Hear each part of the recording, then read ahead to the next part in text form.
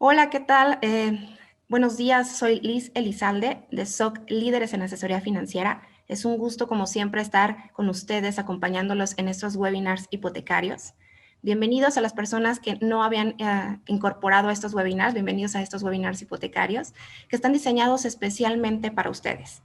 Antes de iniciar, quiero desearles un inicio de año 2021 lleno de amor, éxito y sobre todo mucha salud para ustedes y su familia. Ya estamos a punto de iniciar y bueno, pues este es nuestro primer webinar hipotecario martes del año y vamos a arrancar con un panel de expertos con invitados de lujo, con una trayectoria en el sector hipotecario impresionante. Pero bueno, no voy a entrar a más a detalles y voy a presentar antes de iniciar a nuestro director general, Fernando de Aviega, que nos acompaña el día de hoy. Fer, bienvenido, qué gusto que nos acompañes.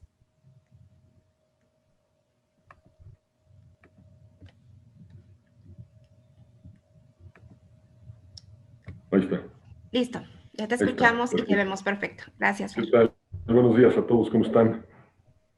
Espero que muy bien, aquí arrancando el año. Ahí veo a Ricardo. ¿Qué onda, Ricardo? Enrique, Tony, Paulina, Roberto, y somos todos, ¿verdad? Pues muy bien, ¿qué tal? ¿Cómo están? Muy bien, Fer, muy contento. Bien, gracias, Fer. Qué bueno. ¿Qué onda, Tony, en España? Se ha olvidado ya, regresé desde el día 3, ya ni me acuerdo. Y ya, uno ya no sabe ni dónde anda cada quien, ¿verdad? Bueno, aquí. Qué bueno, Tony. Pues bien, bienvenidos a todos, muchísimas gracias por estar aquí. Y bueno, pues recibiendo el 2021, para que nos platiquen cómo lo ven, caray. Aquí tengo el número del acumulado a octubre del mercado y se había decrecido 5% más o menos en volumen y menos 15% en volumen y menos 5% en monto. Pero ya en el acumulado y en octubre parece ser que ya hay crecimientos en volumen más 2.5 y en monto de 11%. Son los números que tengo de la ABM. Y bueno, pues muy interesados en saber cómo ven ustedes el panorama. Si alguien tiene información, son ustedes. Y para prepararnos, ¿no? No voy a hablar mucho, porque aquí están los expertos, señores. Entonces, bienvenidos. Muchísimas gracias por estar por aquí. Gracias, Fer, un gusto. Muchas gracias. Gracias, Fernando, por tus palabras. Pues vamos a comenzar entonces.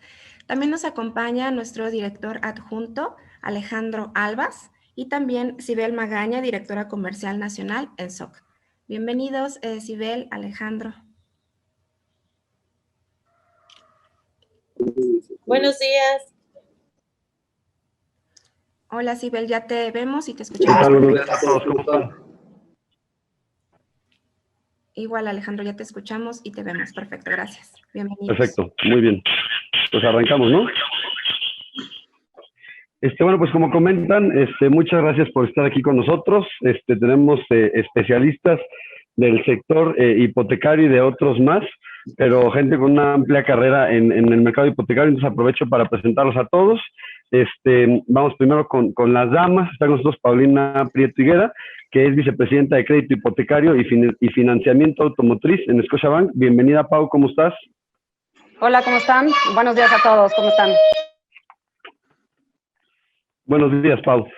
Bueno, por otra parte también tenemos por parte de Santander a Antonio Artigues Fiol, también conocido como Tony Artigues, director ejecutivo de Banca Particulares en Santander. ¿Cómo estás, Tony? Hola, ¿qué tal a todos? Feliz año, un fuerte abrazo. Muy bien. Muchas gracias. De igual forma tenemos a Enrique Margain Pitman, nuestro director ejecutivo de Crédito Hipotecario y Financiamiento Automotriz de HSBC. Hola, Enrique, buenos días. ¿Qué tal? Buenos días, ¿cómo están? Un gusto estar aquí con todos ustedes y les deseo un feliz año a todos.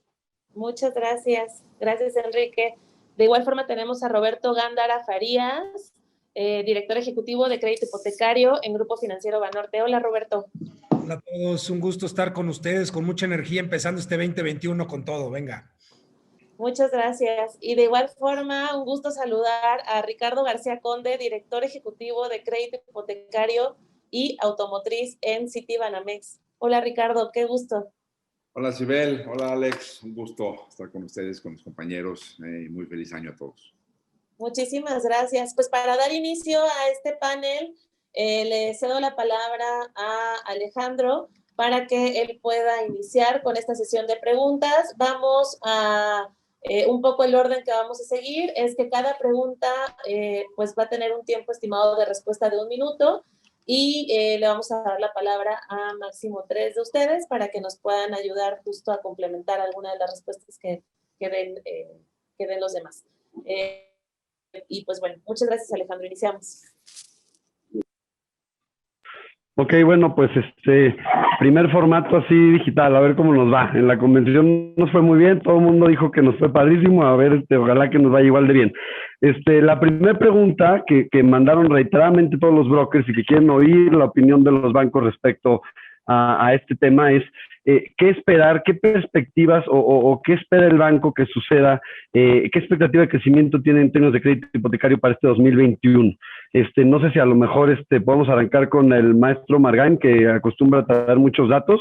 Entonces, a ver, Enrique, si nos das tu opinión en 1 minuto, por favor, ¿qué expectativas de crecimiento hay para el 2021 en crédito hipotecario? Bueno, para seguir compartiendo con ustedes algunos datos, me gustaría, no sé si ven acá la presentación, estos son datos de cómo va el mes de noviembre, ya con datos de noviembre 2020 respecto a 2019, cómo va la colocación hipotecaria. Y lo que vemos es el número de créditos, hay una caída del 13%, pero la buena noticia es que en términos de monto colocado, solo es un 2.1% abajo. Realmente el crédito promedio ha venido creciendo, creo que esto es algo bastante positivo. Y si ustedes ven, el último trimestre del año, pues se ve que prácticamente va un 18% por arriba del último trimestre del 2019.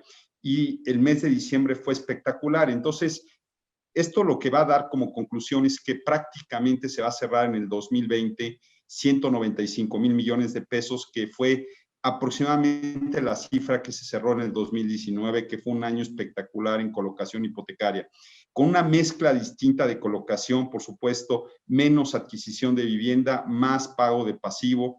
Yo creo que eso fue lo que sucedió. Y yo creo que hacia 2021 la perspectiva es que sea todavía mejor. Yo creo que pues con el tema de la vacuna, con el tema de que se ve un escenario económico que debe ser mejor que el 2020, yo creo que la perspectiva, si se mantiene el comportamiento del portafolio hipotecario de manera adecuada, pues yo creo que podemos aspirar que sea un buen año en materia de crédito hipotecario. Y por supuesto hay que estar muy conscientes de que la generación de empleo, la recuperación económica y por supuesto se mejore. Esos serían mis comentarios. Muy bien, Enrique, muchas gracias. Pues qué bueno que entonces parecen ser positivos, ¿no?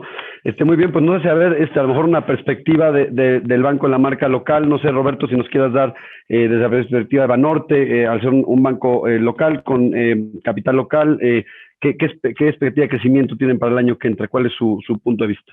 Mira, yéndome un poquito más a un paso atrás en términos de cómo va a estar la economía en el país antes de llegar a la parte de crédito hipotecario, un poquito compartir datos de nuestra área de análisis económico, donde ven que en este 2021, en el 2020 la contracción del PIB fue cercana al 10%, ¿no? Más o menos un 9%.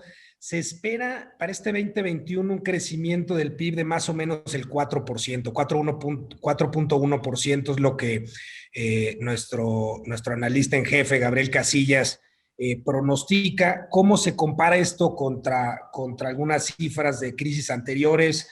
Bueno, por ejemplo, del 2008, 2009, en el 2009 el PIB cayó el 5% y se recuperó el 5.1% el 2010. Si nos vamos más atrás, algunos, bueno, ya habíamos nacido, pero estábamos chiquitos. Los 80, crisis de los 80s, 83 cayó 4.4 y la recuperación 3.5. Y después del tema del error de diciembre, el PIB creció el 6.8% hacia el 96. Entonces, se ve una perspectiva poco diferente a crisis anteriores y como lo hemos comentado, pues claramente esta es una crisis muy diferente a todas las anteriores. Entonces, para no pasarme de ese minuto, en cuestiones económicas se ve un crecimiento interesante. Coincido que el 2021 va a ser bueno para el sector hipotecario. Yo creo que las carteras estarán creciendo 10%, 12% el mercado y bueno, pues la colocación se ve con buenos ojos, al menos en este primer trimestre o primer semestre.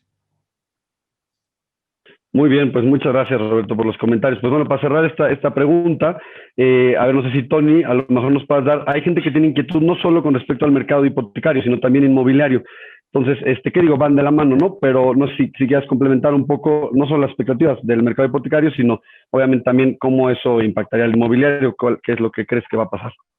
Yo creo que para buena noticia de los que estamos aquí y desafortunada en lo general del sector, creo que toda esta situación que hemos vivido ha marcado de manera muy clara dos maneras diferentes de hacer las cosas y dos realidades muy diferentes en el sector, tanto en el sector de crédito como en el sector de la vivienda. Y el sector que principalmente pues trabajamos de manera principal, pues los brokers que estamos aquí reunidos y bancos, pues es un sector donde realmente estamos cosechando el trabajo bien hecho de los últimos 20 años. El trabajo bien hecho en la calidad de la originación, el trabajo bien hecho en la evaluación del riesgo, el trabajo bien hecho en muchísimos temas que hemos venido construyendo y que a lo mejor en el momento que los estábamos construyendo, no le dábamos la importancia o la trascendencia que tenían, pero que cuando ha llegado una sacudida tan fuerte para el sector, para el país y para el planeta, realmente hemos podido comprobar que teníamos unas bases muy sólidas. Y en base a esas bases sólidas que hemos podido comprobar, las perspectivas que tenemos hacia adelante en el 21, me sumo a los comentarios de mis compañeros, pues son positivas, son muy positivas, son muy esperanzadoras y vemos con bastante ilusión desde el punto de vista del negocio los retos que se nos plantean y las perspectivas que tenemos por delante. Muy bien, muchas gracias, Tony. Pues bueno, la mayor parte de las preguntas versan obviamente sobre lo que va a pasar este año, entonces no desesperen, vienen muchas oportunidades para dar su opinión. Sibel, vamos quieres con la siguiente pregunta para dar palabra a más panelistas. Muchas gracias. Sí, me gustaría pues ahora pasar con Paulina, que nos pueda compartir, con estas cifras de crecimiento que nos comparte ahorita los directores ejecutivos. Me gustaría saber en qué rango consideran que se mantendrán las tasas de crédito hipotecario en este año, ¿no? Si bien los resultados han sido pues bastante buenos, nos gustaría saber si creen que se mantendrán estas tasas, si vendrán a la baja, o inclusive algunos brokers nos preguntaban si derivado un poco de la pandemia se piensa hacer una alza en tasas. Entonces, Paulina, si nos gustas compartir tu visión. Claro que sí, Sibel, y muy buenos días a todos. Feliz año. Nosotros vemos, en cuanto a las tasas de interés, las vemos estables, ¿no? Si bien ya no vemos, sobre todo en el muy corto plazo, un espacio para seguir disminuyendo, digamos, como veníamos disminuyendo o se disminuyó el año pasado, sí vemos que las tasas se van a mantener en estos niveles por varios meses, ¿no? Derivado a varios factores. Primero es que hemos visto una reacción buena de los portafolios hipotecarios al terminar los diferimientos, ¿no? Es decir, los portafolios hipotecarios han resistido pues todo este tema, aunque hay que ser también totalmente francos y la crisis pues aún no termina, ¿no? Estamos en medio de la pandemia, ¿no? La crisis pues espera que, si bien es cierto, si hay signos de recuperación para el 2021, pues para que recuperemos los niveles del Producto Interno Bruto que teníamos en el 2019, pues nos vamos a tardar unos 4 años, ¿no? Entonces, hay que seguir muy atentos a cómo se van a seguir comportando los portafolios, pero son primeros buenos signos. Y eso, pues, sin duda también ayuda porque es uno de los factores que compone, ¿no? O sea, la prima de riesgo, pues, es otro de los factores. No solo es el costo del dinero, que determinan la tasa de interés. Entonces, al término del 2020, los portafolios se han mantenido estables y los índices de morosidad bastante buenos. Habrá que ver los siguientes meses, insisto, ¿no? Los portafolios hipotecarios son grandes y habrá que ver la reacción los siguientes meses, pero por la perspectiva que tenemos, las tasas de interés se mantendrán y podremos seguir ofreciendo pues estas tasas históricas que hemos venido aprovechando, que hemos venido ofreciendo en los últimos meses, Isabel. Muchas gracias, pues es una gran noticia. Esperemos que así siga. Ricardo, tú con toda la experiencia que tienes en este mercado, ¿cómo ves la expectativa en cuanto a tasas, en cuanto a la tasa de referencia? Si crees que va a variar, ¿cómo ves el panorama de las tasas de interés para colocación de este año? Gracias, Ibel. Bueno, los que bajan las tasas son normalmente mis compañeros, son los primeros que lo hacen, así que hay que preguntarles a ellos. Pero yo te diría, coincido con Paulina, las perspectivas de tasas hacia adelante, claramente no hay espacio a la baja, pero tampoco hay una perspectiva de incremento. Yo creo que una variable importante es el desempeño del portafolio, y como comentaba Paulina, estamos, pues la verdad es que hasta gratamente sorprendidos del buen desempeño de los portafolios a pesar de la gravedad de la crisis. Y bueno, una analogía que utilizo de vez en cuando explico el precio de las hipotecas, bueno, pues una hipoteca es como un pastel, y en el pastel tú tienes distintos ingredientes, la harina, la levadura, el chocolate, la mermelada, ¿no? Y por supuesto los huevos. Sí, efectivamente bajó el costo de dinero, que sería la parte de la harina, ¿no? El trigo bajó, pues baja el precio, pero otros costos como la distribución, ¿no? Los costos de distribución, lejos de haber bajado, proporcionalmente se han incrementado. Las comisiones de los brokers no bajaron, ¿no? Entonces ahora no es lo mismo el 2% de 10 que el 2% de 8, ¿no? La parte más importante pues serían los huevos, ¿no? La parte del riesgo de crédito, entendido como pues sobre todo yo diría la perspectiva del empleo, una variable a la cual nuestro negocio es muy, muy sensible, y coincido con la perspectiva optimista de crecimiento del PIB, 3,5, 4% es lo que dicen los analistas, pero el empleo es la variable que tendremos que seguir, ¿no? Y para traer datos de fuera, porque pues, los de aquí los maneja el señor Margain, pues el Foro Económico Mundial estima que el 43% de las empresas del planeta van a reducir su planta laboral. Esto es un cambio que llegó por quedarse, pero también hay otras empresas que están creciendo en su planta, ¿no? 34% de las empresas creciendo. Este cambio en las dinámicas laborales es lo que va a alimentar, yo creo, las perspectivas de crecimiento de nuestro negocio. Por supuesto, en Citibanamex muy optimistas hacia el futuro, pero también tenemos que ser muy claros de que está lejos de terminar la pandemia. Si crecemos un 3,5% este año, seguimos un 5% abajo respecto a lo que teníamos el año anterior, ¿no?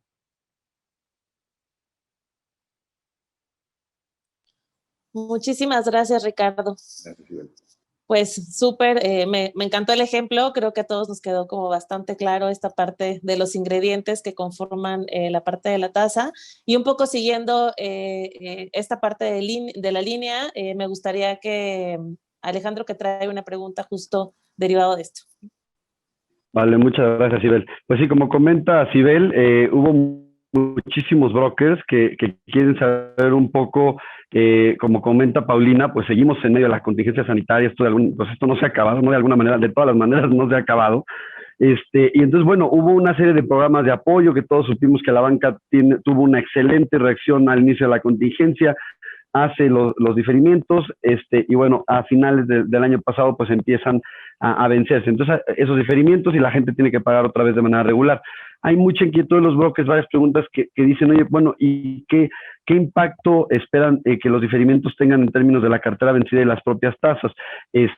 Hubo un comportamiento positivo por parte de la población que solicitó los diferimientos, y en cuanto se terminaron pudo recuperar sus pagos. La tendencia de cartera vencida sí se ve hacia la alza por este tema. Entonces, bueno, hay mucha inquietud al respecto. Ahí no sé si, Pau, nos puedas dar tus comentarios en la experiencia de Scotiabank. Este tema de los diferimientos y hacia el futuro, en términos de la cartera vencida y cómo se vaya comportando el portafolio, ¿cuál es su perspectiva para 2021? En ese sentido. Gracias, Alex, y con gusto. A ver, como lo mencionaba, sí vemos una buena reacción de inicio, es decir, los diferimientos, recordemos que duraron 4 meses, algunos bancos extendimos 2 meses posteriores, convirtiéndonos a 6, ¿no? Algunos empezaron a vencer en agosto, septiembre y así sucesivamente, dependiendo de cuándo el cliente iba solicitando el apoyo. Y vimos una reacción muy buena, es decir, aquellos que habían pedido diferimiento, muchos pudieron regresar a pagar sus créditos hipotecarios, pero también hubieron de otros. y los bancos tuvimos que reinventar la forma de cómo ayudar a nuestros clientes, ¿no? Entonces, si bien es cierto, ya lo comentaba Tony, hemos tenido 20 años de historia de creación de nuevos productos para la originación y para ayudar a las familias y personas a construir un patrimonio. Lo que ahora nos tocó a los bancos es irnos un poquito, digamos, a entender las necesidades de nuestros clientes que ya tienen un crédito hipotecario hoy, ¿no? Y cuando terminaron los diferimientos, pues nos encontramos en Scotiabank diferentes tipos de clientes. Clientes que, insisto, recuperaron el trabajo o recuperaron su fuente de ingreso y pudieron, una vez terminó el diferimiento, regresar a pagar su hipoteca. Algunos otros no pudieron recuperar el 100% del ingreso, entonces tuvimos que digamos, diseñar planes que pudieran, digamos, disminuir en cierta proporción la mensualidad que el cliente venía pagando, ¿no? Las propias reestructuras que son extendiéndoles el plazo y bajando la tasa de interés, que esto, pues, la mensualidad baje hacia adelante, ¿no? Nuevos diferimientos, ¿no? No al amparo de la facilidad regulatoria, pero nuevos diferimientos que le dan más aire a los clientes para seguir, digamos, para esperar recuperar su fuente de ingreso. En fin, ya habíamos tenido cierta lección en el 2008, donde los productos de solución fueron un componente relevante para, digamos, sustentar o para mantener estos portafolios y este índice de morosidad, y eso es lo que nos ha tocado a los bancos hacer en estos últimos meses, ¿no? Entender las necesidades de nuestros clientes. No todos los clientes son iguales. Tuvimos que diseñar trajes a la medida, muy ad hoc a los que los diferentes clientes y necesidades iban presentando, Alex. Muy bien, muchas gracias, Pau. No sé si hay alguien que quiera comentar en particular en este punto. Por ahí estoy viendo una pregunta también interesante en los comentarios. Vamos con Roberto. A ver, Roberto, danos tu opinión con respecto a este tema que estamos hablando, de los diferimientos, la cartera vencida y cómo impactará en 2021. De acuerdo. La verdad es que creo que nunca, digo, los que estamos aquí, nunca habíamos pasado tanto tiempo con nuestras áreas de riesgos, con nuestras áreas de recuperación de activos, con las áreas de finanzas, de tesorería. O sea, digo, regularmente son las áreas con las que trabajamos, pero pues 3, 4 reuniones diarias, creo que antes de la pandemia no se daban. Ahora, todo esto, la verdad es que ha ayudado muchísimo a que podamos darle un muy buen manejo a los portafolios. De por sí, la banca en México habíamos sido muy prudentes en cuanto a temas de políticas, en cuanto a foros, tipo de riesgo que cada institución está tomando y demás, y eso nos está pagando de una muy buena forma al poder contener esta pandemia. El haber reaccionado de manera muy ágil y metiendo los programas de apoyo, como decía Paulina, ya sea de 4, de 6, o inclusive después de esos, hacer trajes a la medida a los clientes que lo necesitaban, nos está funcionando. Hoy vemos índices de morosidad y de cartera vencida más bajos que la pandemia, obviamente por el tema de estar conteniendo en muchos de los programas de apoyo, pero ya estamos viendo cómo los clientes están saliendo y además de estar enormemente agradecidos con el banco que les proporcionó ese apoyo, pues están pudiendo regresar a generar sus pagos. Entonces, aún saliendo ya de los programas de apoyo, sí se está incrementando un poco la cartera vencida, pero la realidad es que estamos en números inmejorables. Y no es casualidad, es porque los bancos hemos sido muy responsables. En el caso de Banorte, pues con un índice de cartera vencida menor a 0.9, la verdad es que digo, se puede comparar con carteras hipotecarias en Estados Unidos o en Europa muy sanos, y en general, hablando aquí de todos mis compañeros, creo que ha sido una muy buena, carteras muy sanas. Entonces, eso nos da la fuerza para seguir colocando, para seguir analizando, obviamente, la situación de cada cliente y poder continuar durante todo este 2021 y hacia adelante originando créditos hipotecarios. Muy bien, muchas gracias. Pues qué bien que la verdad es, como comenta Paulina, la banca aprendió lecciones de episodios del pasado y hoy en día está enfrentando esta banca este momento con todos estos programas y con todas estas herramientas para apoyar a los clientes. Me parece maravilloso. Sibel, por ahí creo que tenemos otra pregunta buenísima para seguir con nuestro panel. Te dejo la palabra. Muchas gracias. Sí, pues esta pregunta que nos hace la red va en relación a, la verdad es que como saben, tuvimos un cierre de semestre e inclusive podríamos decir de trimestre en 2020 espectacular. Si bien se debió a todos los incentivos que los bancos sacaron para poder tener mayor oportunidad en cuanto a la colocación con los créditos. Hubo baja de tasas, como bien lo decía Ricardo hace ratito. Tuvimos promociones de Buen Fin, de Navidad, de cierre de año, que inclusive algunas se extendieron hasta principios de este año. Lo que nos pregunta la red es que me gustaría aquí, Enrique, que nos pudieras contestar. ¿Qué acciones para este año tienen para poder incentivar la colocación de crédito? ¿Qué oportunidad ven en los créditos hipotecarios? Y bueno, si tienen, ¿cómo se piensa diferenciar esta parte de la oferta para poder incentivar la colocación?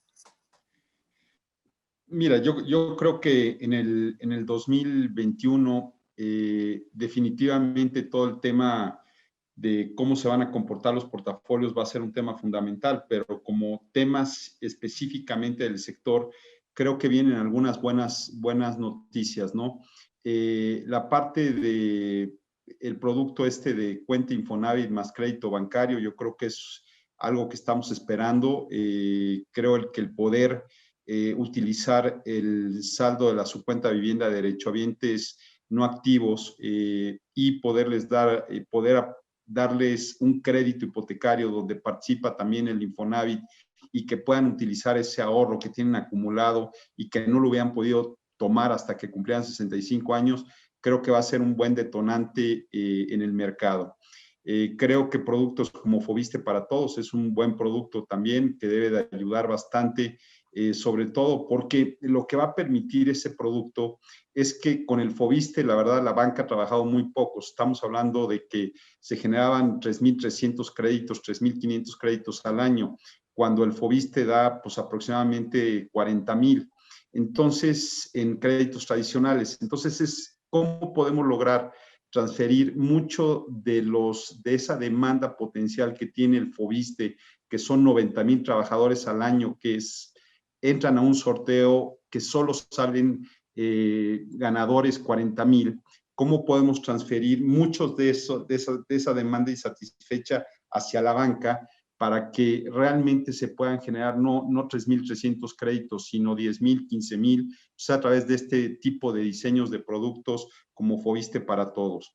Creo que todavía hay muchas oportunidades por parte de los bancos en la parte de diseño de nuevos productos, de tomar aprendizajes, por ejemplo, este tema de Unamos Créditos, el poder dar créditos pues a gente que no tiene tal vez una relación directa, créditos mancomunados o en la figura de coacreditados, el poder utilizar también el ver con los institutos de vivienda apoyados por la reforma que se tuvo a la ley del Infonavit, del Foviste, el ver segundos créditos en créditos cofinanciados, en ver diferentes opciones que se pueden dar de cómo multiplicar las fuentes de ingresos. Creo que hay una gran oportunidad hacia adelante de seguir reinventando y que no solo estemos compitiendo sobre el mismo mercado. Creo que ese modelo lo que ha derivado es que si incrementamos el monto colocado, el crédito promedio de la banca está ya en 1.600.000, pero la verdad es que el número de créditos que da la banca cada año ha venido a la baja. Este año vamos a colocar, en el 2020 se van a colocar 120,000 créditos sobre 134,000 que se hizo el año anterior, y así hemos venido hacia la baja.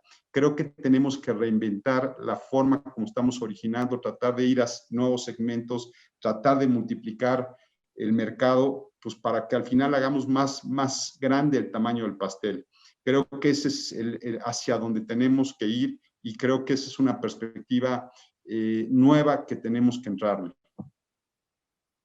Muchísimas gracias, Enrique. Sin duda, como dices, tenemos muchas oportunidades todavía para poder abarcar un mayor nicho del pastel en cuanto al crédito hipotecario. Y aquí me gustaría que igual nos pudiera ayudar con su opinión, Ricardo. ¿Qué oportunidades en cuanto a crecimiento de pues estas partes del mercado de oportunidad de negocio tenemos en crédito hipotecario para poder pues relanzar y promover y poder tener como mayor oportunidad de negocio este año? Coincido con Enrique, Sibel, el tema es crecer el pastel, ¿no? Más que repartirnos el pastel actual para seguir con mi... Tengo hambre, la verdad, por esto hablo de pasteles. Pero bueno, a ver, yo veo una enorme oportunidad en el bono demográfico que experimenta nuestro país. Somos un país joven, a diferencia, si vemos los mercados de Canadá o Estados Unidos, en donde la edad promedio de estos países ya está por arriba de los 42, 44 años, el nuestro es un país joven. Entonces, la incorporación de todos estos jóvenes a la vida productiva, a la vida laboral, es fundamental. Y ahí es donde el pastel va a crecer, ¿no? Y bueno, estos chavos se enfrentan ahora a un mundo distinto para el cual los preparamos, ¿no? Si hablamos un poquito del mercado inmobiliario, la necesidad que se dio en general en todas las metrópolis del mundo de tener departamentitos de 46 metros cuadrados, pues claro, se necesitaba eso porque la dinámica eran departamentos dormitorio, donde te llegas a dormir, pero te levantas temprano y te vas a trabajar a tu oficina y llegas en la noche otra vez a cenar y dormirte. Habría que preguntarnos si esos departamentos hoy ya siguen haciendo sentido cuando una gran parte de la población trabaja desde casa, ¿no? Habría que preguntarnos la razón para vivir cerca de tu trabajo cuando hoy, pues, quizás vas a ir a la oficina 2 o 3 veces al mes, ¿no? O una vez a la semana. Entonces, de pronto, todos estos cambios en las dinámicas hacen que la demanda de vivienda se va a ver en lugares distintos. Hoy tengo yo colegas que llevan 3 meses o 6 meses trabajando desde Valle de Bravo, ¿no? Y vienen a México una vez o 2, o colegas que están trabajando desde Miami y trabajan para nosotros aquí en México, y da igual dónde estés. Entonces, en base a eso, pues ahora eliges dónde vivir con necesidades distintas, ¿no? De calidad de vida, pero también de espacio, porque pues nadie o muy pocas personas tenían en su casa ya prevista una oficina para utilizarla por periodos prolongados. Entonces, todas estas nuevas dinámicas pues nos van a hacer que debamos entender, ¿no? hacia dónde se va a mover el mercado, los costos, las ciudades, la diferencia tan enorme que hay de valores de vivienda en las distintas ciudades del país. Pues también, ¿cuál es la razón de estar pegados todos en Santa Fe cuando ya no hay una necesidad imperativa de estar cerca de tu trabajo? Todo esto, ahí vienen un montón de oportunidades. Totalmente. Muchísimas gracias, Ricardo. Sin duda, todo esto nos está llevando a justo poder tener nuevos espacios, nuevos lugares a donde poder estar trabajando a distancia, y sin duda esto se traduce también en oportunidades para todos, ¿no? Tanto para ustedes como para nosotros. Alejandro, justo por este tema de la distancia y de pandemia, trae una pregunta de la parte digital que nos gustaría compartirles. Muchas gracias, Sibel. Bueno, pues sí, efectivamente muchísimos brokers están preguntando, bueno, estamos en pandemia, estamos en casa, los procesos se volvieron semidigitales, la digitalización nos alcanzó, y entonces, bueno, ¿qué es lo que el banco ve aquí? Número uno, nos preguntan el tema del escenario fintech, empezamos a oír esta palabra todo el tiempo, las fintech, entonces preguntan los brokers, bueno, los bancos, ¿cómo ven estas fintech que están entrando al mercado hipotecario un poco a tratar de complementar la oferta?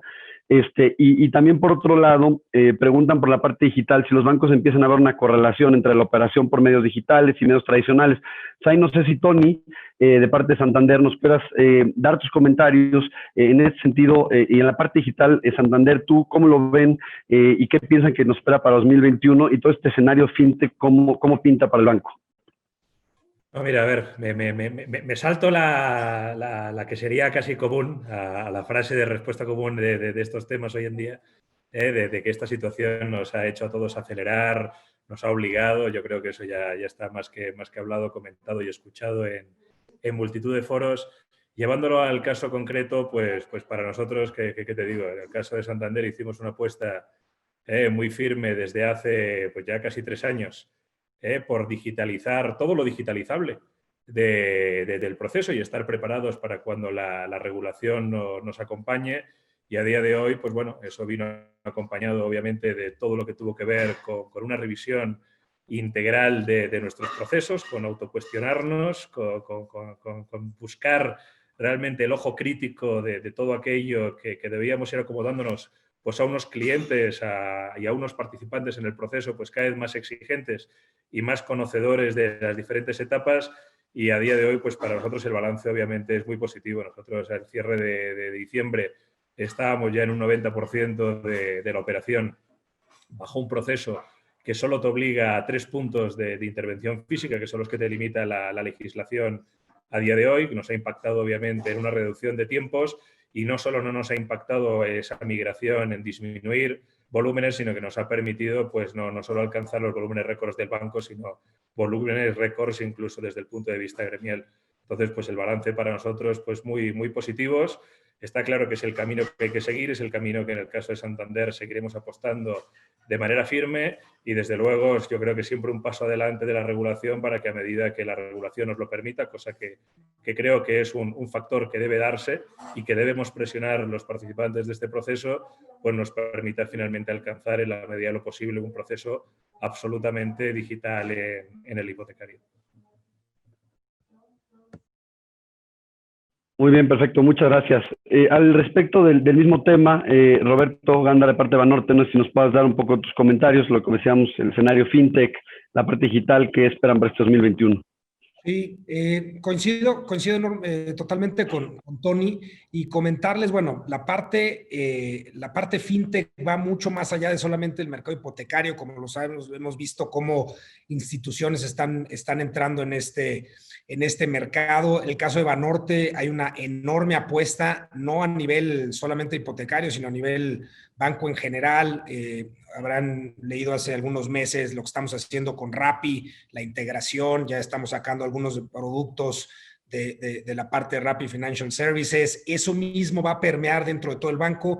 En la parte hipotecaria, ahí nosotros estamos tomando un approach muy, muy específico, ya que no es solamente digitalizar y que la gente pueda ingresar sus trámites en alguna plataforma, sino es un rediseño completo punta a punta de todo el proceso, ¿no? Y eso lo hemos hecho desde antes de la pandemia. Hemos venido incorporando ciertas soluciones, pero también siendo muy flexibles en el conocimiento del cliente, en el conocimiento del tipo de comprobación de ingresos, y grandes características que ahora sí que, valga la redundancia, que ha caracterizado a Banorte, ese conocimiento del cliente y ese conocimiento del broker, mucha cercanía para integrar todo ese conocimiento dentro de un proceso centralizado y dando las herramientas adecuadas. Entonces, estamos aprovechando como que el mejor de los mundos, teniendo las herramientas digitales, armando un proceso muy robusto de manera central,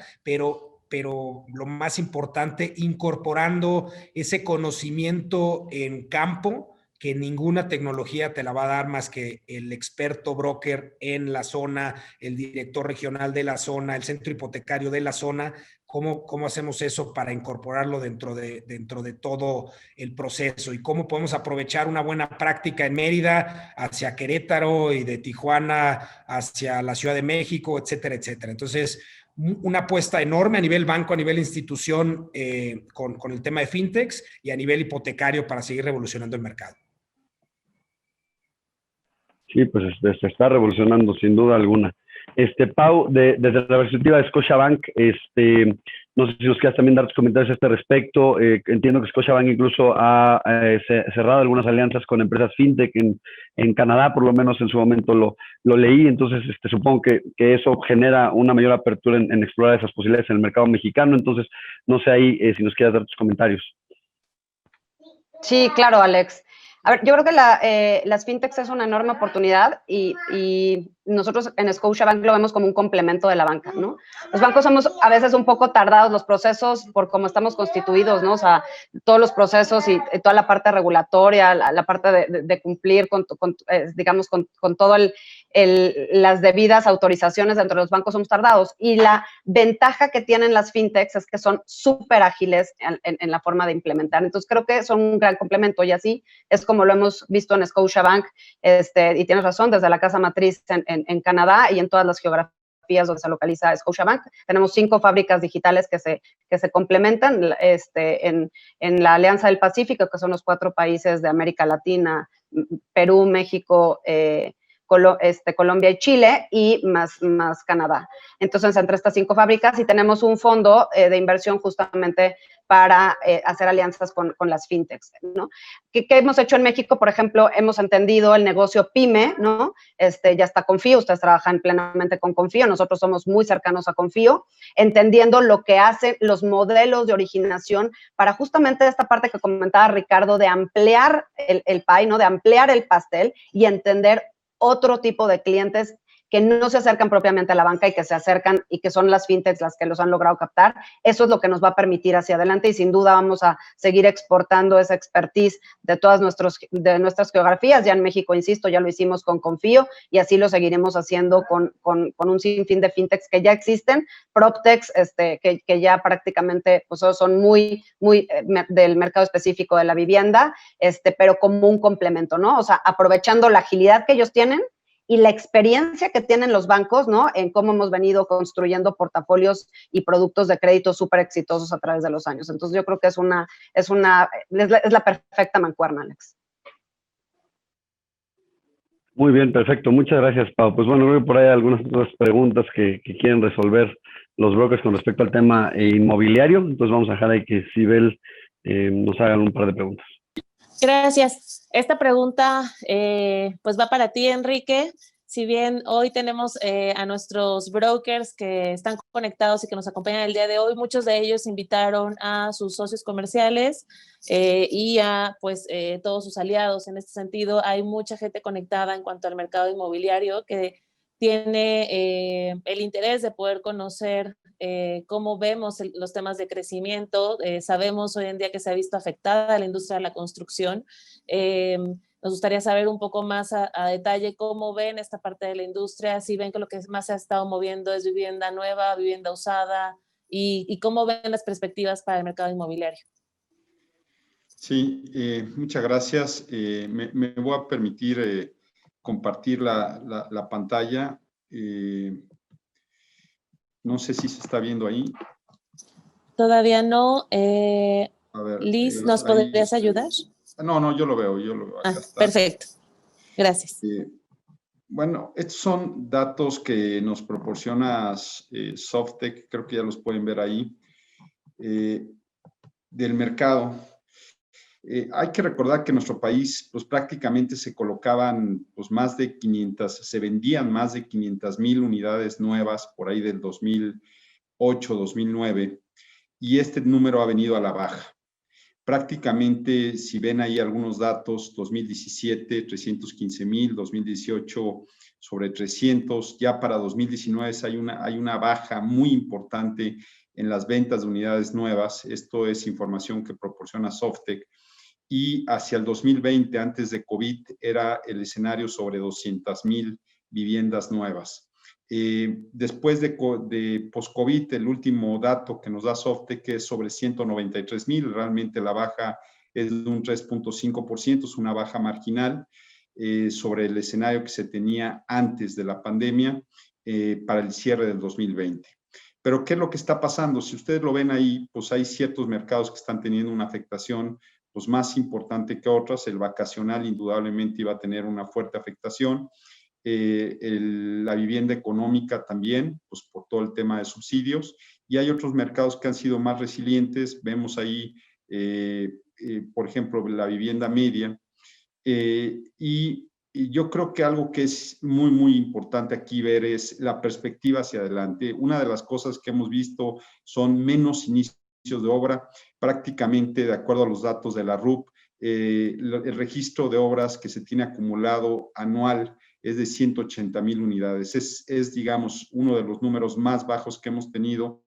Y si tú hablas con el desarrollador, uno de los temas principales es el tema de la oferta de vivienda, el tema de tener acceso al financiamiento, a la construcción, como un tema fundamental pues, para mantener el tren de la vivienda y que tengamos inventario que financiar.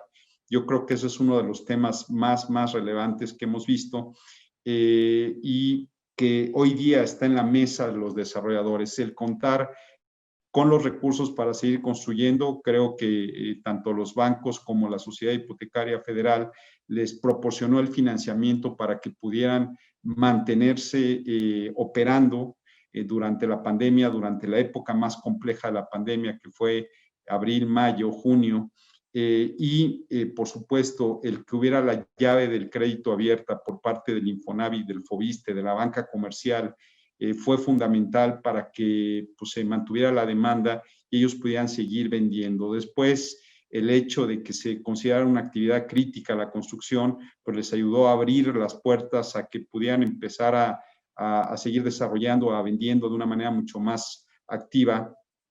Pero en este contexto, que por supuesto, como bien lo decía Tony, el mercado del crédito hipotecario, del financiamiento a la construcción, va de la mano, va de alguna manera atado al sector de la vivienda. Y en este contexto lo que tenemos que ver es la mayor parte de nuestra originación va encaminada a la compra, a la adquisición de una vivienda nueva usada. Ya la composición entre vivienda nueva usada, pues si le pregunto al resto de mis compañeros, la mayoría me dirá que estará en un 50-50, pero en esta perspectiva yo creo que algo que es muy importante es entender las necesidades que tienen los desarrolladores hoy día, sobre todo en la parte del financiamiento, tanto la parte del puente como la parte individual, y ver cómo podemos cada día estar más entrelazados y cómo podemos, al final de cuentas, lo que dicen ellos es, yo soy un distribuidor, yo soy un constructor de vivienda en función de la disponibilidad de recursos. Entonces, en este contexto lo tenemos que ver. Nuestro país hacia adelante no se ve un incremento importante en la construcción de vivienda nueva. Por ahí hablaba con Jean Toll y me decía, mira, hacia el próximo año pensar que vamos a estar nuevamente arriba de las 210, 220 mil unidades nuevas es un escenario complejo. Entonces, esto es lo que tenemos que ver, ¿no? Ya lo comenté, hay que hacer más grande el pastel, hay que buscar dar financiamiento a nuevos segmentos que no han tenido acceso al crédito hipotecario, hay que ver cómo hacemos y cómo construimos un sector hipotecario que, como lo hemos hecho, resiliente, con políticas de crédito adecuadas que nos permiten mantener portafolios sanos, cómo podemos ir ampliando el tamaño del pastel de una manera adecuada y volver a un sector que siga generando un mayor número o que provoque que se pueda generar y se pueda construir un mayor número de viviendas. Esta es mi perspectiva del sector de la vivienda. Muchísimas gracias, Enrique. Sin duda, súper interesantes los datos que nos compartes. Ya están preguntando todos dónde pueden consultar justo como estos detalles. La información que nos compartes es de Softec, pero no sé si les quieras dejar algún... Yo tengo una presentación, con todo gusto se las mando para que la tengan y también la comparto para mis compañeros.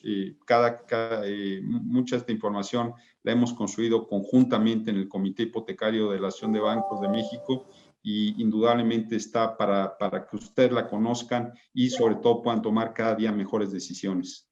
Muchísimas gracias, Enrique. Gracias por compartirla y de igual forma se la compartiremos a la red para que la pueda transmitir a sus aliados.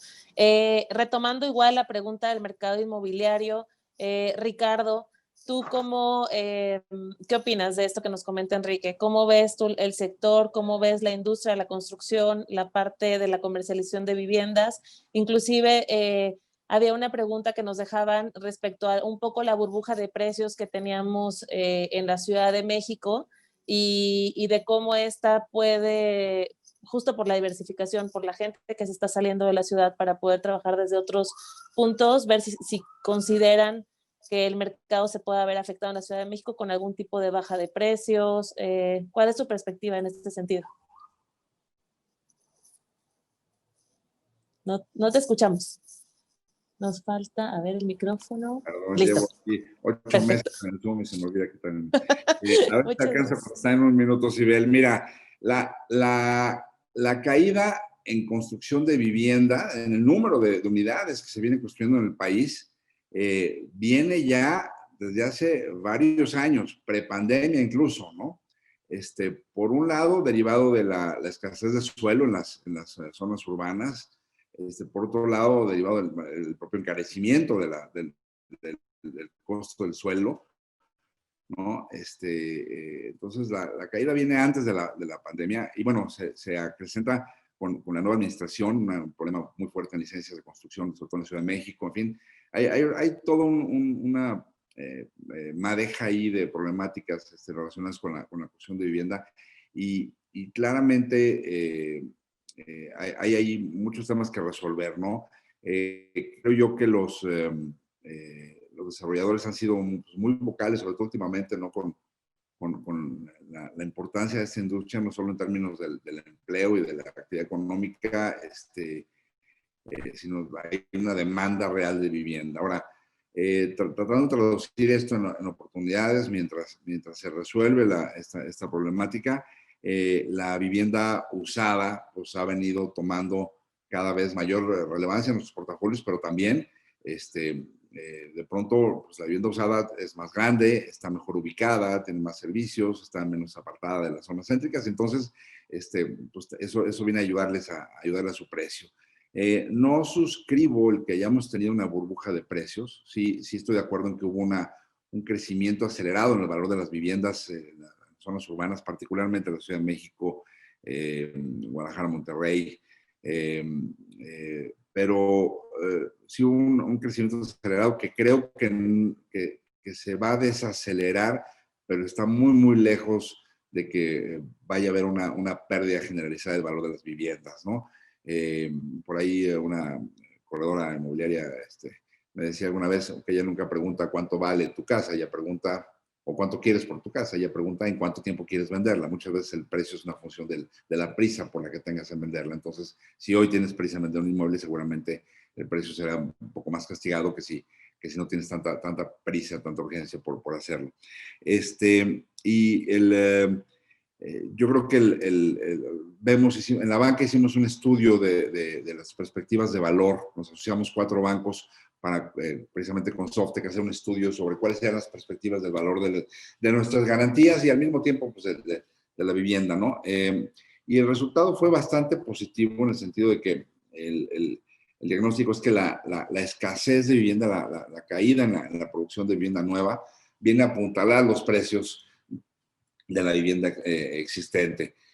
Sin que esto sea un comentario que pueda ser generalizado, sí creemos que a nivel promedios de mercado esa es la realidad y habrá lugares en donde cierto tipo de vivienda va a estar ofrecida y en otra hay incluso una demanda insatisfecha. Totalmente de acuerdo, sí. Muchísimas gracias. Tienes el minuto, sí. Enrique. Que si me permites complementar lo que dice Ricardo de los precios de la vivienda. Claro, gracias, Enrique. A mí me gustaría mostrar que es prácticamente parte del estudio que comenta Ricardo. Aquí se muestra en esta lámina la gráfica, el precio por metro cuadrado de las viviendas de cada segmento en términos nominales en la parte superior y como índice comparado con la inflación en la parte inferior. Aquí lo que puedes ver en términos generales es cómo el valor de la vivienda ha estado por arriba del índice nacional de precios al consumidor. ¿Esto qué significa? Pues que la vivienda sigue siendo un mecanismo de generación de patrimonio, los precios están por arriba de la inflación, lo cual es bastante positivo. Entonces, creo que es también un mecanismo en el cual las familias en nuestro país generan patrimonio, acumulan riqueza y la gente prefiere invertir en ladrillos y creo que esto es la parte positiva, ¿no? Los precios de la vivienda se han mantenido, creo que esto es un elemento fundamental y que no ha habido una burbuja de precios. Yo coincido totalmente que no lo ha habido una burbuja de precios, sino se han mantenido simplemente por arriba de la inflación. Entonces, creo que también esto es importante desde el punto de vista de crédito, porque el valor de tu colateral, de tu garantía, se ha mantenido por arriba del índice nacional de precios, de la inflación. Ese nada más quería apuntalar el comentario. No, muchísimas gracias, Enrique. Sin duda es súper valioso para poder pues un poco desmitificar esta parte de la burbuja. Seguramente el efecto que se ha visto, como bien dice Ricardo, es un poco más en cuanto al tiempo, como bien pregunta la corredora. Algunas personas seguramente se vieron en alguna situación económica en la que tuvieron que bajar un poco el precio de sus viviendas para poderla desplazar y tener una liquidez más pronta. Entonces nos ayuda muchísimo saber que pues no es un tema de burbujas, sino más ha sido un tema de oferta-demanda que se ha dado y que ha sido como más aislado totalmente. Muchas gracias. No sé si alguien más le gustaría dar alguna retroalimentación sobre esta parte del mercado inmobiliario. Si no, estaríamos cerrando la pregunta. Roberto, gracias. Muy rápido, Sibel. Nada más coincido también con mis compañeros. No veo burbujas, veo mucha oportunidad. O sea, vemos en las principales ciudades y no necesariamente en las principales ciudades también oportunidades de crecimiento en temas inmobiliario. Si bien coincido con Ricardo en lo que comenta del tema de que hay gente trabajando en otras partes, el tema del home office y demás, creo que también existe cierto segmento de la población que aunque tenga la posibilidad de alejarse de su centro de trabajo y demás, no necesariamente busque eso porque como tal su situación, llámese las generaciones millennials, que más allá de estar alejado de su lugar de trabajo, pues quisieran aprovechar las grandes ventajas de una metrópoli o de una zona comercial o de una zona de convivencia, etcétera, etcétera. Entonces, lo padre aquí va a ser que se va a generar una diversidad en el mercado inmobiliario que va a reducir hasta cierto punto el tema de densidad y de la necesidad total de estar en Santa Fe o en la delegación Cuauhtémoc o en San Pedro, dependiendo en cada ciudad o cada parte, pero va a hacer que se diversifique y que existe pues diversos tipos de ofertas, ¿no? Hay quien valorará mucho más el tener arbolitos ahí como Alex o como tú, Sibel. Los míos están medio muriendo ya por acá, pero que no les da mucho el sol. Y hay gente que seguirá valorando ese departamento de 46 metros cuadrados, pero que baje y ahí está el Starbucks, camine una cuadra y está el súper y está el bar. Bueno, cuando lleguen a existir, si es que llegan a existir todavía esos lugares, pero en fin, ¿no? Entonces creo que esa parte va a ser muy rico, todo el mercado, tanto inmobiliario como hipotecario, apoyado en esa gran diversidad, enfocado siempre en la necesidad del cliente, ¿no? Y tendremos que adaptarnos a eso. Totalmente de acuerdo. Muchísimas gracias por tu aportación, Roberto. Estaremos cerrando esta pregunta en cuanto al mercado inmobiliario y ya vamos justo en nuestra parte final del webinar. Alejandro, si nos ayudas con la pregunta que nos hace justo nuestro público. Sí, claro que sí. Sí, Robert, yo aquí cuido mis plantitas muchísimo. No están así de gratis. Bueno, les voy a dar un producto a una persona, voy a decir un nombre de un producto y necesito que me digan su opinión de si ese producto puede lanzarse en México y comentarios en general. Entonces, si quieren, así voy a agarrar así, a ver, random. Paulina, hipoteca a 30 años para compensar la subida en los precios y dar mayor capacidad de pago a los clientes. ¿Sí o no? ¿Y por qué sí y por qué no? Ya existió, Alex, y ya lo tuvimos los bancos. La verdad, no creo que hacia adelante se pueda aperturar. La razón es sencilla, o sea, agregar 10 años más al plazo no baja significativamente la mensualidad. O sea, si eso es lo que busca el cliente, o sea, 10 años más en el plazo no baja significativamente, es marginal lo que baja la mensualidad versus el plazo que aumentas, ¿no? Y evidentemente, pues el riesgo aumenta muchísimo, seguro de vida, etcétera, etcétera. No lo veo en los siguientes años. Muy bien, si alguien difiere de ese punto en particular, ¿quiere opinar o voy al siguiente producto? Ok, entonces Tony Artigues, hipoteca inversa. ¿Sí? ¿No? ¿Por qué sí? ¿Por qué no? No, el producto en sí, sí. No creo que en este momento se den los componentes regulatorios y la certeza jurídica suficiente para que se pueda impulsar en el corto plazo, más allá en que en alguna entidad federativa y en núcleos de población muy concretos y limitados. Perfecto, muchas gracias. Enrique, productos para adquisición de vivienda por parte de extranjeros en México. Sabemos que hay algunas opciones, pero no hay un rack en la banca comercial que viene el extranjero y le doy este producto. Y han preguntado mucho en el chat, ¿sí o no? ¿Por qué? ¿Por qué sí? ¿Por qué no? Yo creo que indudablemente sí, y yo creo que debe ser de corto plazo, donde se pueda dar crédito para extranjeros que quieran comprar una vivienda en México. Ya se tuvieron en el pasado, hubo muy buenos aprendizajes en la parte de diseño de producto, de cómo hacerlo a través del fideicomiso de zona restringida, de un escrow account. La verdad es que definitivamente tiene que ser un sí, y ese mercado tiene que crecer en México para hacer más grande el pastel. Y hay zonas turísticas como toda la Riviera Nayarita, como toda la parte de Los Cabos, como la Riviera Maya, que está creciendo muchísimo y que hay mucho potencial pues para extranjeros. Muy bien, muchas gracias, Enrique. Por ahí nos pregunta alguien qué es una hipoteca inversa. No sé si Richard en 40 segundos nos quiere explicar qué es una hipoteca inversa. Soy el enemigo número 1 de las hipotecas inversas. Pues mira, caímos en buena mano. Están pensadas para una persona, digamos, ya un adulto mayor que es propietario de su casa, que la hipoteca, pero en lugar de recibir, digamos, una liquidez en una sola momento, empieza a recibir una especie de renta mensual que el banco le va pagando durante el tiempo hasta llegar a un cierto loan to value, y con ese dinero, pues esta persona, digamos, hace frente a su gasto corriente, apalancando sobre su vivienda. El problema es que tiene un dilema ético al final la hipoteca inversa. Porque cuando se acaba el loan to value o cuando se agota ya el valor de la vivienda, deja de caer el dinero.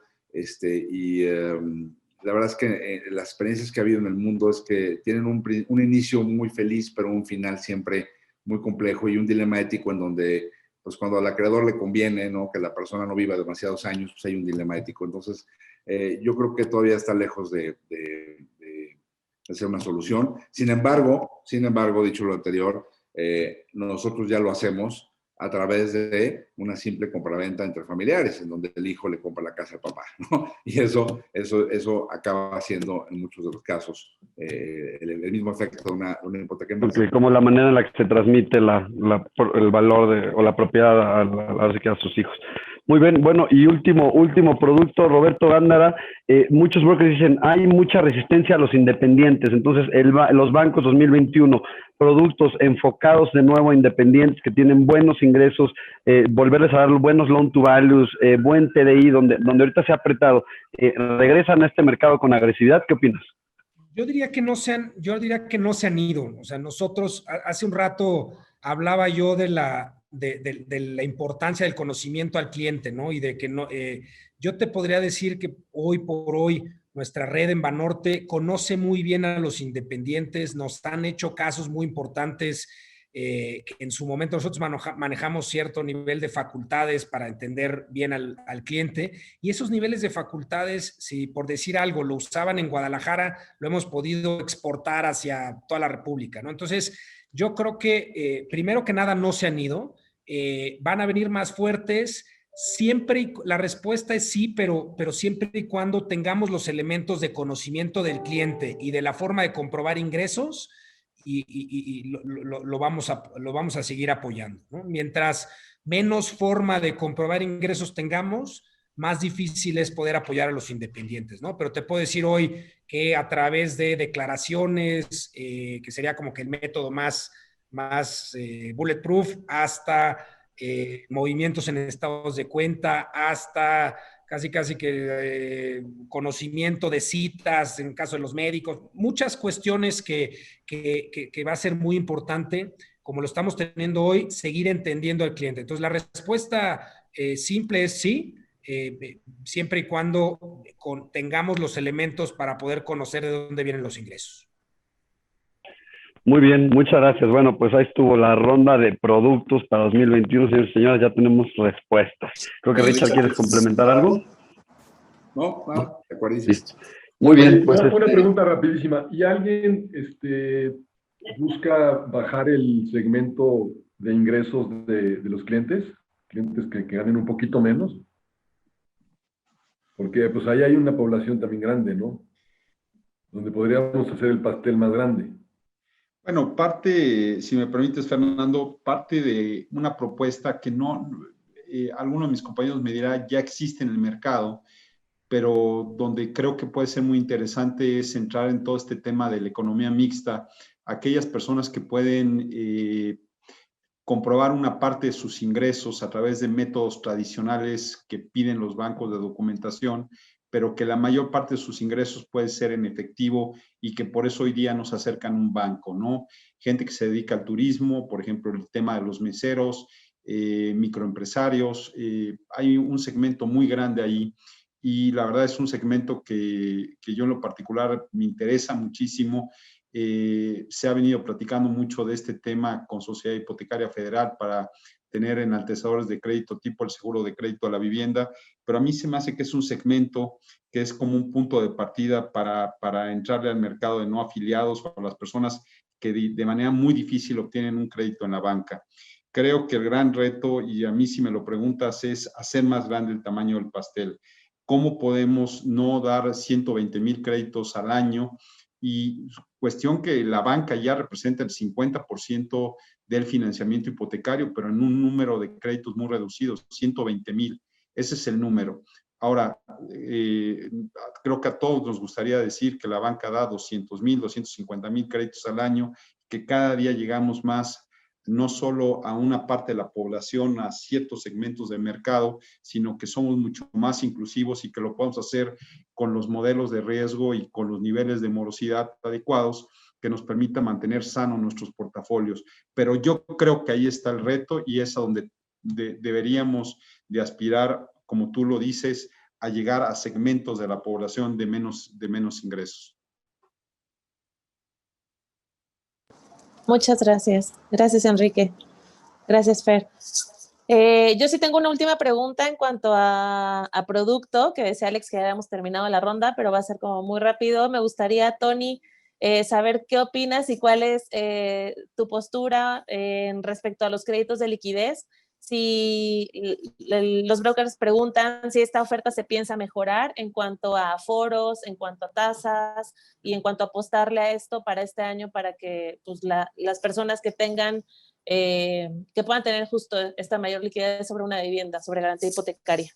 Fíjate, Sibel, que mientras estaban hablando he visto cuando salía la pregunta y he pensado, mira qué preguntita. Muy bien. Mira qué preguntita. Y llego a pensar que pero bueno, no, fuera el tema. A ver, yo creo que no es hacia adelante, incluso ya mirando hacia detrás. Y salió, creo que incluso en el panel que tuvimos allí cuando la convención, y creo que es un tema bastante recurrente. Yo creo que es un momento que favorece mucho el tema de las hipotecas de liquidez. Obvio, un momento en el cual pues, tus ingresos se pueden haber visto comprometidos o tu situación de liquidez justamente puede estar en un momento en el cual pues, te genere cierta intranquilidad. El poderte apalancar en tu vivienda genera un entorno muy favorable para acudir al financiamiento hipotecario, que finalmente tiene unas tasas y unas capacidades de financiamiento muy superiores a otras vías que existen. Entonces, uno, creo que el momento no solo tiene buena perspectiva, sino ya tiene unos meses donde realmente es un producto que ha visto incrementar su participación. Y en cuanto a lo otro, jolín, no puedo evitar aquí tirar hacia casa. Pues a lo mejor quien ha hecho la pregunta no ha visto el caso de Santander. En Santander hemos subido aforos hasta el 90%, ¿vale? En determinados casos, en la casa, de la parte de liquidez, y hemos bajado tasas prácticamente las mismas que una adquisición.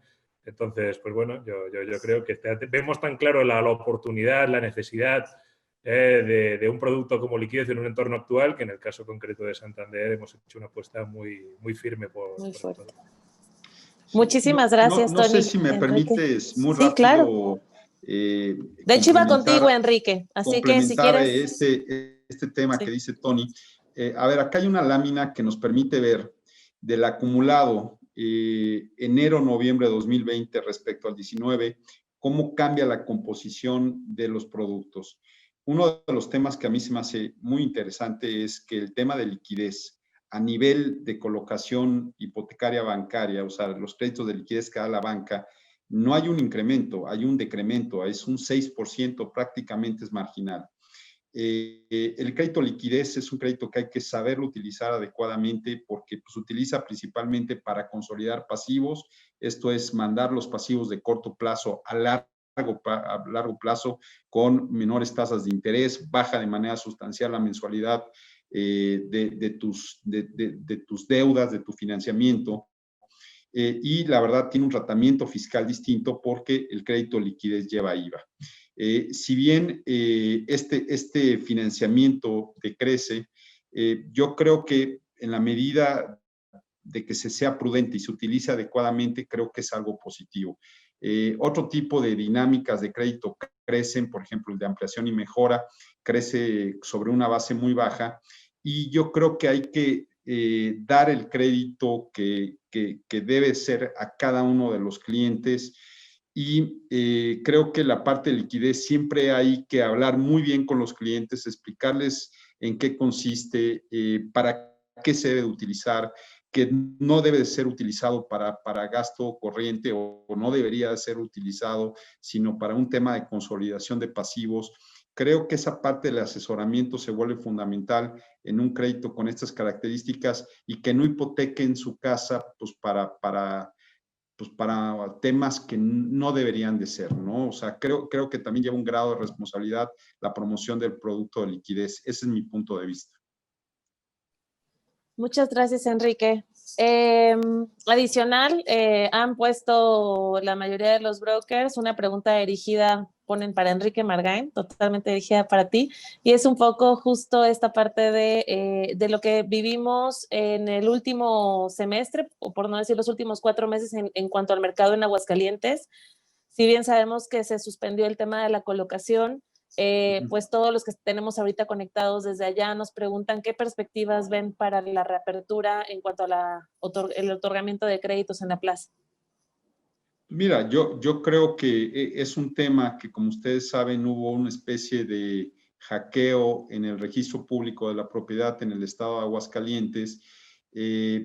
Lo que nos comentan es que más que llevarse información, fue una encriptación de la información no sale del registro. Aquí este tema se revisó a nivel de la Asociación de Bancos de México, participaron la mayoría de los bancos, y cada banco toma su decisión individual. O sea, la verdad es que cada banco decide si participa o no participa. Algunos bancos tomaron la posición de no hacerlo, acotado tal vez al mercado únicamente de dar financiamiento en la parte de vivienda nueva, donde había más control, dejando fuera mercado abierto. Otros bancos a lo mejor decidieron sí hacerlo, pues seguir dando crédito. Es una decisión de cada banco.